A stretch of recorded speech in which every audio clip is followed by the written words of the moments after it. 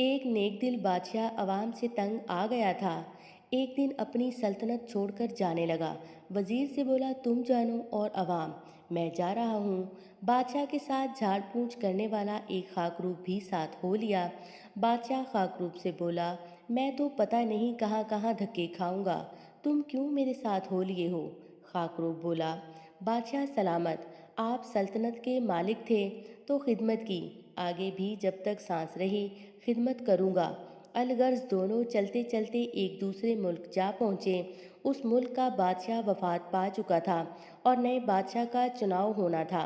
बादशाह के चुनाव का तरीकाकार ये था कि सारी अवाम एक बड़े ग्राउंड में जमा हो जाती और एक परिंदा उड़ा दिया जाता। ये परिंदा जिसके सर पर बैठ जाता वही बादशाह बन जाता। बादशाह ने खाकरूब से कहा, आओ हम भी तमाशा देखते हैं कि कौन बादशाह बनता है। अलगर्ज वो दोनों मजमा का हिस्सा बन गए। परिंदा उड़ाया गया। ग्राउंड का चक्कर लगाने के बाद वो परिंदा खाकरूब के सर पर आ बैठा। उस मुल्क के अवाम और वुज़रा ने खाकरूब के सर पर बादशाह का ताज रख दिया। खाकरूब जिस बादशाह के साथ आया था उससे बोला, बादशाह सलामत, आप भी मेरे साथ सुकून से महल में रहें। बादशाह बोला, नहीं, मैं इस ज़िंदगी से बहुत उकता चुका हूँ, मैं महल से बाहर एक झोंपड़ी में रह लूँगा। तो खाकरूब बोला, ठीक है, दिन को मैं बादशाहत करूँगा और रात आपके साथ रहूँगा। खाकरूब की बादशाहत का पहला दिन था। दरबार लगा हुआ था। एक फरियादी आया और कहा कि फलां बंदे ने मेरी चोरी की।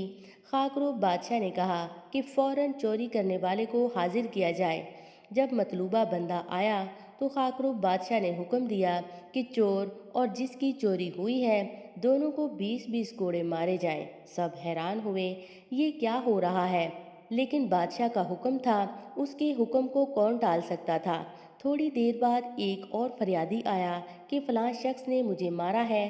तो खाकरूब बादशाह ने फिर वही हुक्म दिया कि जालिम और मजलूम दोनों को 20-20 कोड़े मारे जाएं। किस्सा मुख्तसर, दिन में जितने भी फरियादी आए उसने जालिम और मजलूम दोनों को कोड़े मारने का हुक्म दिया। रात को जब वो खाकरूब बादशाह की झोंपड़ी में पहुंचा तो बादशाह ने कहा, ओ भाई, ये सब क्या तमाशा है? तुमने तो सबको पिटवा दिया है। लोग कह रहे हैं कि बहुत जालिम बादशाह है। तो वो खाकरूब बोला, आलीजा, अगर इस कौम को एक नेक और अच्छे बादशाह की ज़रूरत होती तो वो परिंदा मेरे सर पर बैठने की बजाय आपके सर पर बैठता। ये जैसी कौम है, इसको वैसा ही हुक्मरान मिला है। कुछ कौमें वाकई जूतों के काबिल होती हैं। अस्सलाम वालेकुम प्यारे दोस्तों, कहानी पसंद आई हो तो लाइक और सोशल मीडिया नेटवर्क्स पर अपने प्यारों के साथ शेयर कीजिए और इसी तरह की मज़ीद खूबसूरत कहानियों के लिए मेरे चैनल को सब्सक्राइब कीजिए। शुक्रिया।